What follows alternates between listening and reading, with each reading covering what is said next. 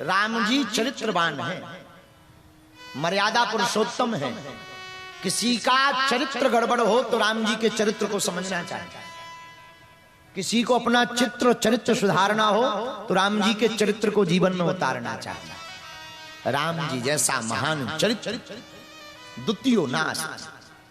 लंका में जब रावण का युद्ध हो रहा था और राम जी ने जब रावण को मार दिया तो रात के समय रात्रि की उस चांद की चांदनी में राम जी और लक्ष्मण जी बैठे। लक्ष्मण जी थोड़ा आगे चले गए, राम जी शिला पर विराजमान हैं। उसी समय पीछे से एक छाया आई, किसी के आने की आहट हुई। राम जी ने उस छाया को देखा, लगा कोई स्त्री आ रही है और स्त्री की छाया को देख करके राम जी खड़े हो गए और दोनों हाथ जोड़कर बिना मुंह मोड़े, बिना उस तरफ मुड़े हुए, बिना देखे हुए राम जी दोनों हाथ जोड़ करके कहते, मां तुम कौन हो? जो स्त्री गई थी वो फबक फबक कर रोने लगी, जोर जोर से रोने लगी। तो राम जी बिना देखे हुए हाथ जोड़ के कहते, मां तुम रो क्यों रही और हो कौन? अपना परिचय तो दो। वो स्त्री रोते हुए कहती, राम मैं अभागिनी रावण की पत्नी मंदोदरी हूं। मैं उस अभागिनी, मैं अभागिनी हूं, मैं रावण की पत्नी मंदोदरी हूं। राम जी मुस्कुराते हुए और जरा गंभीर स्वर में हाथों को नीचे करके कहते, मां इतनी रात को क्यों आई तुम? रावण का तो वध हो गया, वो तो दिन में वीर गति को प्राप्त हो गए, तुम इतनी रात को मेरे पास क्यों आई हो? मां क्या बात है? कोई संकट है क्या तुम्हारी ऊपर? कोई दिक्कत है क्या? मां किसी ने तुम्हें सताया है क्या? मंदोदरी कहती, राम मुझे किसी ने नहीं सताया, मुझे किसी ने परेशान नहीं किया, मैं बस तुम्हें देखने आई।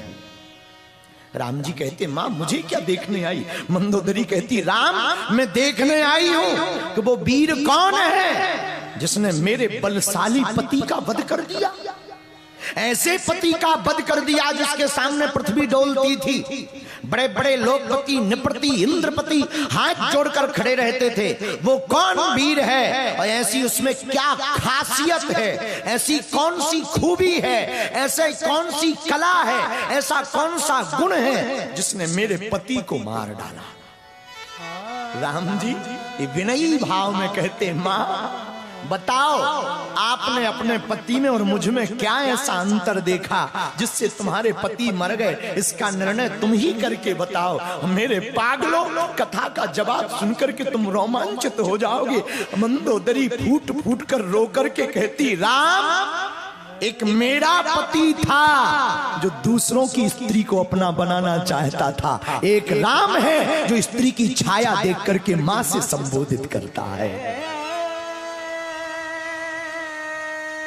ये मैंने अलगाव देखा, ये मैंने अलग देखा, ये मैंने अद्भुत देखा। राम इसलिए तुम महान हो। मेरे नेपाल के पागलों, तुम्हें गौरव होना चाहिए, तुम्हें गर्व होना चाहिए कि तुम्हारे पहुना श्री राम जी हैं,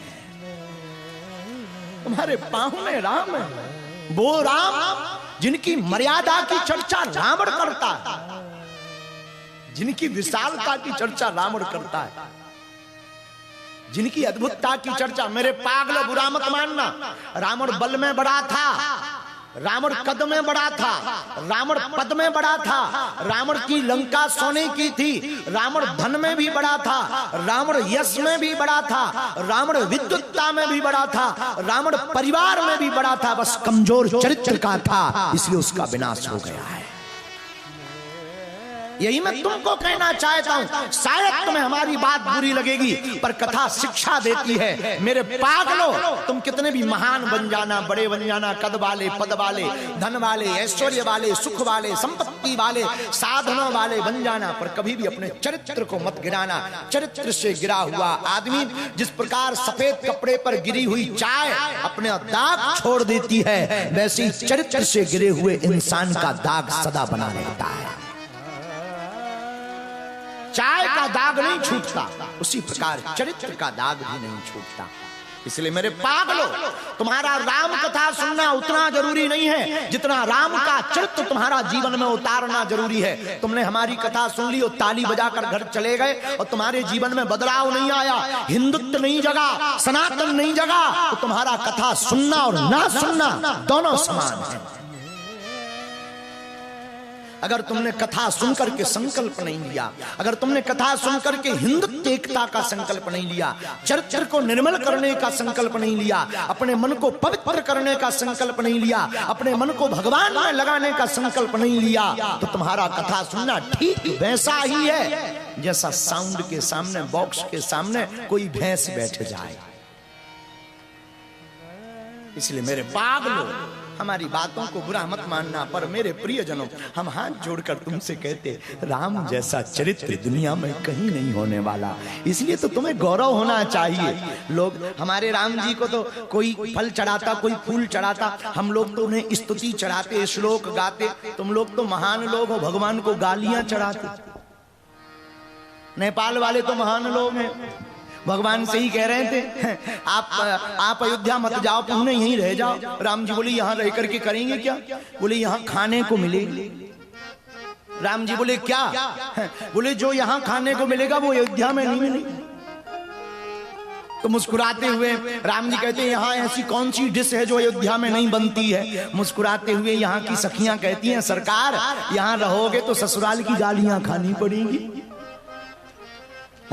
जो आपको अयोध्या में प्राप्त नहीं होंगी, इसीलिए यहीं रह जाओ। ये पहुना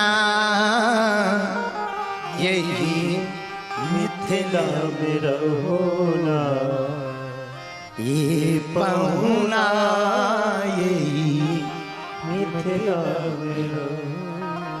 अरे जौन सुखवा ससुराली में,